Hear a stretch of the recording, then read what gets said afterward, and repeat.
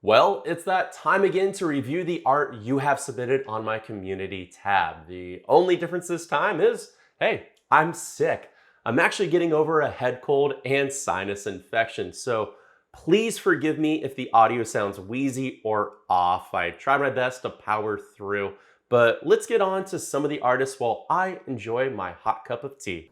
First up, we have Cindy Godshall, and I love this little forest with the waterfall coming down and all these cliffs on the right side, and then just the water just flowing here and out. Let's give some quick tips on how I can help. First of all, your sky looks beautiful and perfect, so no tips there. The only thing I notice is when you start putting in your trees in your highlights, I see a lot of mud mixing going on. And I understand why you're having this issue is because you just have so many layers of paint on top of paint, on top of paint, on top of paint, and on top of paint, which means you're in mud mixing city. So my biggest tip here is when you start applying some of the base color for your trees, first wipe off all the excess color you don't need with a blue shop towel. Try to keep in mind where your blue will be poking through so that way you only wipe off in sections like here, here, here, and as you work your way down. That'll help you with your foundation of paint. Then when you have to apply your highlights on top of your said bush foundation color, again, take a blue shop towel and lightly just lay it on top of that green color and push in and then pull away that blue shop towel, and it'll expose more of the toothing and give you just a better foundation to stick these highlights on top of. So that way when you do push in your highlights, they don't mud mix as much. Also, when you work from tree to tree to tree to tree, try cleaning off your paintbrush about 1 to every 2 highlight trees.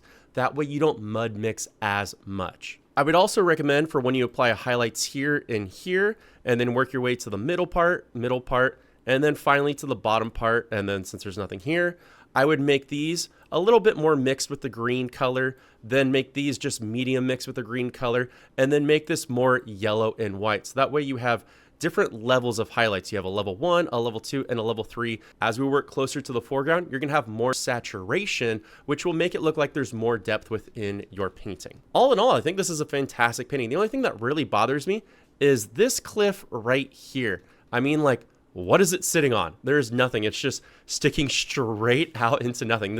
This cliff is just strong as hell.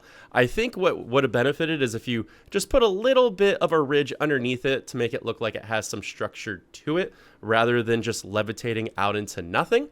Or perhaps maybe there's just another waterfall from behind here coming down and kicking out. I don't know. But this is the only thing that looks a little odd to me. Also, the stones you have look fantastic, but I would dissipate the highlights out to the right side of the edge of the canvas because our light source is coming down this way. So you should have your brightest source here, here, here, here, here, and here. And then it should get a little darker on the outside edges and especially underneath the highlights to make it look more like stepping stones. Next up, we have Mcelveen 270 Custom Lures. And let me just say, this is a pretty dope painting, man. Love the verticality on it. We got a nice blue sky, some awesome clouds with some details. Then we just have like this wet grass land. It's just beautiful with some background, some midground, and then just these reeds and twigs just coming up across this water source. This is fantastic. So let's see what we can do. The first thing I would probably maybe introduce is, depending if you want this in your sky or not, is you could just have a little bit more blue being pulled down into the gradient of the white horizon side. So that way you just have a little bit more saturation up here and then it can dissipate down. But you don't have to do that. This sky might just be a nice, even flat blue sky, which is perfectly good. Now, I love this cloud structure you have here for a couple of reasons. First of all, you've got a bunch of different little structures here with highlights playing off of it. You actually have some detail of midground color. And then you got this beautiful base color creating a beautiful separation and also a focal point. However, since this cloud is so good, it makes all your rest of your clouds look very, very flat. And that's because they're more or less just white structures. I think what would help a lot is if you dissipated the bottom edges of the clouds a little bit more, or if you did some big cross strokes with a 2-inch brush across the entire thing. So that way they dissipate into the background a little bit more, or at different parts. So that way it looks like some clouds are a little closer or a little further. Some are just playing on different planes of opacity. And that'll play especially well down here on the horizon side. That's just one note I would give on the clouds, but your structure overall on them is fantastic. May I just say, your background here of your land structure is perfect. Love it. I think it looks great. I love how there's small little details with white missing of the true canvas underneath and dark saturation points all the way across. And then you just blend beautifully into these reed colors down here. Fantastic. The only note I would have is, I know this structure right here of the water is reflecting the cloud here because I can see the point that comes down from it, which you did well on. But remember, since this is a water structure, water will show at points. So you may want to add just a few little streaks of water in here of this blue color that you have up into here, especially on the outer edges, because it's going to have ripples and stillness won't always truly be there. It's going to have some wind blowing through it. So don't be afraid to add a little bit of blue. If you're not sure if you want to do that, you can add a little bit of blue underneath your little water shorelines here. If you want, or you can use that to be your water cap edge and then add blue just right below those water cap edges. Your grass, reeds, twigs, and everything in here are just fantastic. I could tell you just do a nice little pull up, which is great. I would say if you want to experiment, hey, don't be afraid to have some that kick out left, a few right, some higher, some lower. And you did a fantastic job of using different colors in here, which I'm super proud of you for. The only problem we really have is when we get down here to the foreground. And I will let you know, sticks, twigs, reeds, all those type of things, cattails and whatnot, can be very difficult when it comes to foreground because it's just a bunch of lines. And what I'd probably recommend, and it's going to go against what on what, is I would say put down a foundational layer of what you want here of a blocking of color with your reeds, twigs, cattails, and all that stuff. And then let it tacky up for a day or two and then come back and then do another plane because it'll be easier with a nice workable, flexible paint. Then let it tacky up for another day or two, then come back with another script liner brush or smaller round brush, and then add in more details and keep repeating that process till you have exactly what you want. When it comes to a bunch of reed lines and twig lines and all that stuff, when it comes to what and what, it's extremely difficult because if you add too many lines, those lines start melting together and there's not enough detail. You really need some of that drying time in between the different planes to have all these different little dancing of lines play true on each other. There's an artist out there that does a great tutorial on YouTube. I can't think of his name at the moment, but if you follow me on Instagram, I will go find it for you and send it to you, who goes over exactly how to do this. Next up, we have Wifi Maji, and we have a painting that looks like something that's kind of from a Bob Ross tutorial, if I remember correctly. Got a beautiful little moon on a moonlit sky kissing down into our water, then kissing down into our sand, with an awesome palm tree sitting on a nice little ledge here. All awesome. Now this one's going to be a little difficult to give creativity criticism back to because you look like you're struggling from a mixture of both not enough liquid clear and also too much paint at the same time, which is, you know, oxymoronic to a degree. But if you have a nice thin coat of liquid white across the entire thing, your paint will be more slick and easier to blend. You can notice in this section right here, there's just so many little dry patches in it, and you can see it down in this wet sand as well. So I don't know if you're truly pushing in that liquid base medium across your entire canvas. Use a window or light and move the canvas to see if there's any dry patches going on that you're completely missing. You want to make sure you coat the entire thing, but a thin coat. Then when you put down your blue color, it'll blend so much easier into that black canvas base. Then when you put your highlight color on and it's going to blend, you will start to see it pull forward. So that way you can create a better structure that has all these different contrasts in it. So I would say try practicing that on a practice canvas board first till you get that kind of down, and that'll pay such dividends in your sky that you'll be like, oh my gosh, this is working really well. When you do your moons are pretty tough. I would say just push down a round brush or filbert brush and just let it spiral and pull straight out. So that way you can get a nice little circular shape. Then you can take your nice clean and dry 1-inch or 2-inch brush to have it fade and dissipate and have a nice little moon haze. So that way it looks like the light is kissing on top of certain parts here. Then for when we get to your water line is almost perfectly level. So we'll just say it is. But you need a little bit more structure in pulling up your waves and having them roll over. That's very difficult to do. So I'd recommend if you paint this again, don't put your wet sand so high. Move your wet sand down here so that way you have all this more extra space to play around with water and waves. So that way you can actually have the structure of the wave come up and crash down and then have that wave roll out. And that way you can pull the barrel up into it with some better strokes, paint in a little eye, and then the crash that comes over.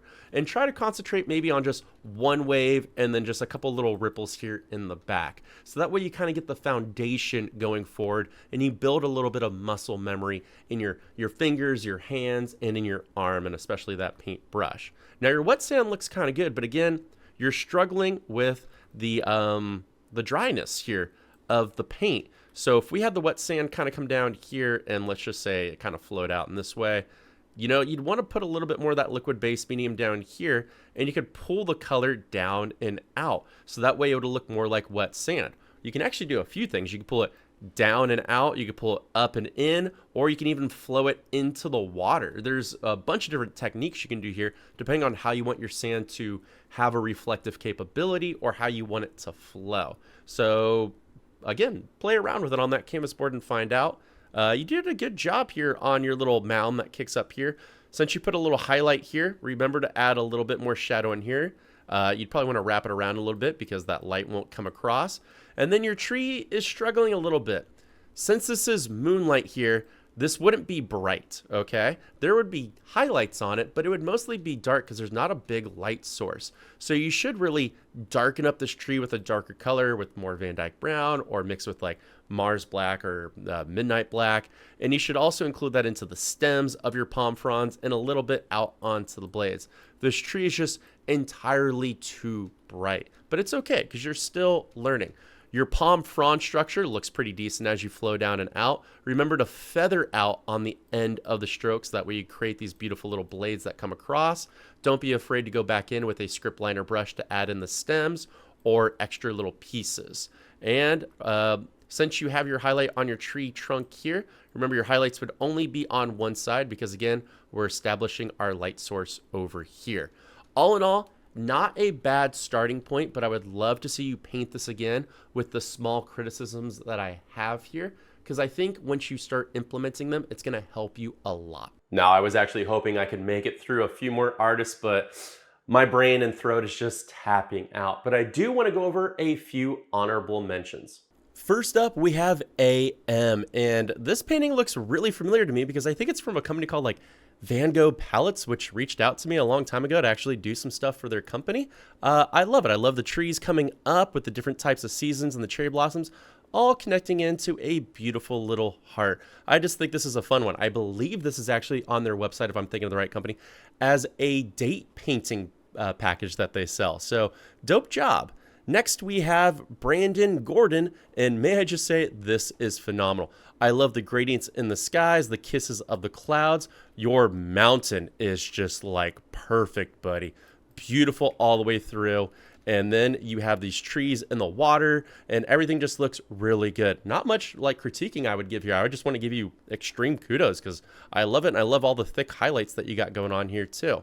Next up, we have Florane Reynolds, and I had to just show this one because, first of all, fuck yeah. Look at this like volcano just spew it up. I have never done a volcano, and I love it. But what makes it stand out even more is just the soft little details in this mountain structure here that are just the slightest things that you can see that just make this have more detail. Love it. And I just love all the just different colors you got going on here with all the different detail structures. Florane, you are dominating it. I love it. Then we got MKH816, and I'm just going to say, this is pretty much a perfect painting right here. It makes me so mad. I wish I could paint this well. I just love the subtle details in the sky, the background that just fade off into nothing. Your tree structure looks beautiful, and everything else is just great. If I had to give like small criticisms here and there, I would just darken up the tree branches just a little bit on one side, and then just give little kisses of color coming in on it that might match this little orange amber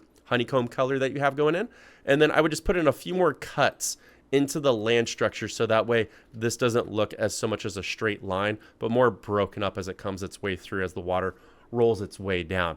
Beautiful. Then we got my main man, Rusty Marble, who's coming off one of my tutorials that I did. Rusty, everything looks good here. You can just do a little bit better on blending the colors more naturally in, which may require you to put a little bit more liquid foundation down, but also your tree is slanted, which shows to me that you're either tilting your head to the right when you paint, or you're tilting it to the left when you paint, which means your paintbrush also tilts one way or the other. Try standing straight in front of your painting so that way your tree will be more straight. I make this mistake all the time, and I know this is your issue because I do it when I'm making painting tutorials because I try to stand out of the way when I paint. But overall, very good. I would just darken up this inside a little bit more since it's closer to the trunk, and then you can have a little few more cuts come in so that way it breaks up the tree a little bit on branches that are hanging out. All in all, fantastic job. This tea is helping a little bit. I just want to say thank you to all the artists that submitted on the community tab. And if you're interested in getting your art reviewed and have some feedback from me and the community, hey, don't forget to submit your art on my YouTube channel under the community tab. It's a great way to meet new artists and share your art. Plus, I love looking at it all. And if you have some time, please follow me on Instagram as well. Sorry I don't have as much energy. I'm trying really hard. But if you really want to help me out and make me feel better, you know what to do. Go down below, hit that subscribe button, or go above and beyond and watch a couple of my videos. I'm gonna finish my tea and lay down. I'll see you guys all next time with hopefully a little bit more energy. Take care, and of course, peace.